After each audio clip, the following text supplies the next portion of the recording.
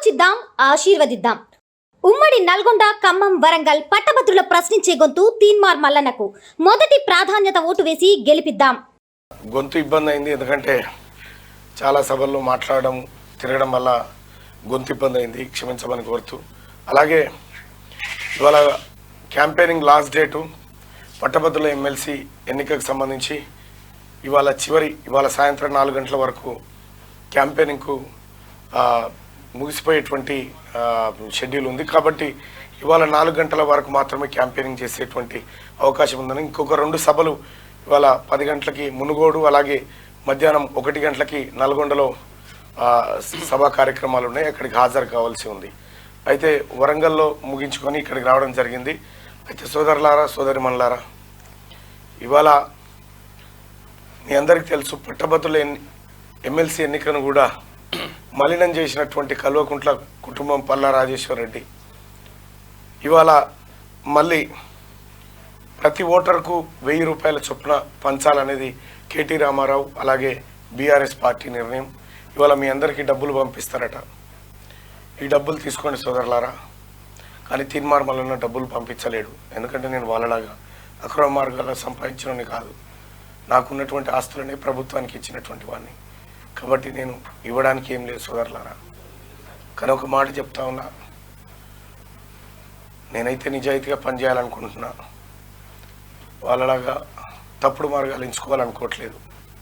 కాబట్టి ఇవాళ TRS party పంచేటువంటి డబ్బులు ఏవైతే ఉన్నాయో ఆ డబ్బులు మన పిల్లల రక్త మాంసాలు అమ్మి వాళ్ళు దోచినటువంటి డబ్బులు, మన నిరుద్యోగుల అమ్మా నాన్నల కన్నీటి డబ్బులు, అవన్నీ ఆ డబ్బులన్నీ ఇవాళ టీఆర్ఎస్ పార్టీ మీ అందరికి పంచుతూ ఉంది, బీఆర్ఎస్ పార్టీ గ్రామాల్లో పంచుతూ ఉంది. సోదరులారా, మీరు ఆ డబ్బు తీసుకుంటారా తీసుకోరా మీ ఇష్టం అది. ఎందుకంటే మీ ఖర్చులకు ఉంటే తీసుకోండి. కానీ ఒక మాట చెప్తా ఉన్నా, తీన్మార్ మల్లన్న డబ్బులు ఇవ్వలేడన్నా, పని మాత్రం చేయగలుగుతాడు, మీకోసం కొట్లాడగలుగుతాడు, మీకోసం కలబడగలుగుతాడు, మీకోసం నిలబడగలుగుతాడు. దయచేసి పోయినసారి కూడా 100 కోట్ల రూపాయలు పెట్టినటువంటి పల్లా రాజేశ్వర్ రెడ్డి బోగస్ ఓట్ల ద్వారా అట్లా ఇట్లా గెలిచే ప్రయత్నాలు చేశాను.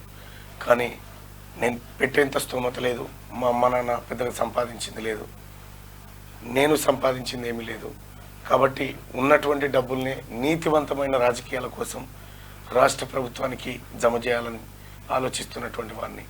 కాబట్టి సోదరులారా, ఈ సోదరుడు తీన్మార్ మల్లన్న ఒక్కడు ఓడిపోవాలని బీఆర్ఎస్ పార్టీ కంకణం కట్టుకొని ఎట్టి పరిస్థితుల్లో మల్లన్న గెలవద్దనేది వాళ్ళ టార్గెట్గా పనిచేస్తూ ఉన్నారు. నేను మిమ్మల్ని నమ్ముకున్న ప్రజలారా, మీరు ఆశీర్వదిస్తేనే, మీరిచ్చేటువంటి ఓటు ద్వారానే నేను ముందుకు పోతా. ఇవాళ రాజకీయాలన్నింటినీ పట్టభద్రులు మేధావి వర్గం పోటీ చేసేటువంటి ఈ ఎన్నికను కూడా మలినం చేసేసి 100 కోట్ల రూపాయలు వెదజల్లి ఫలితాలను తారుమారు చేయాలని చూస్తూ ఉన్నారు. కానీ నాకు నమ్మకం ఉంది ప్రజలారా, మీరు నన్ను నిలబెడతారు, నాతో వెన్నుదన్నుగా నిలబడతారు అని చెప్పి నాకు నమ్మకం ఉంది. కానీ ఒక మాట చెప్తా ఉన్నా, అన్న నేను పేదోడిని, మా నాన్నలు మా తండ్రులు ఎవరు రాజకీయాల్లో లేరు, నేను ఒక మంచి రాజకీయాలు చేయడం కోసం, భవిష్యత్తులో జవాబుదారీతనాన్ని పెంచడం కోసం రాజకీయాల్లోకి వస్తూ ఉన్నా. ఈవెన్ పార్టీ కానీ ఎవరి దగ్గర కానీ నేను ఇంకా ఇలాంటి అనా పైసా తీసుకోలేదన్నా, తీసుకోను కూడా.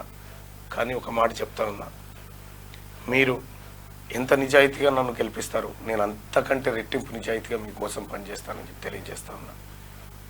ఆలోచిద్దాం, ఆశీర్వదిద్దాం. ఉమ్మడి నల్గొండ, ఖమ్మం, వరంగల్ పట్టభద్రుల ప్రశ్నించే గొంతు తీన్మార్ మల్లన్నకు మొదటి ప్రాధాన్యత ఓటు వేసి గెలిపిద్దాం.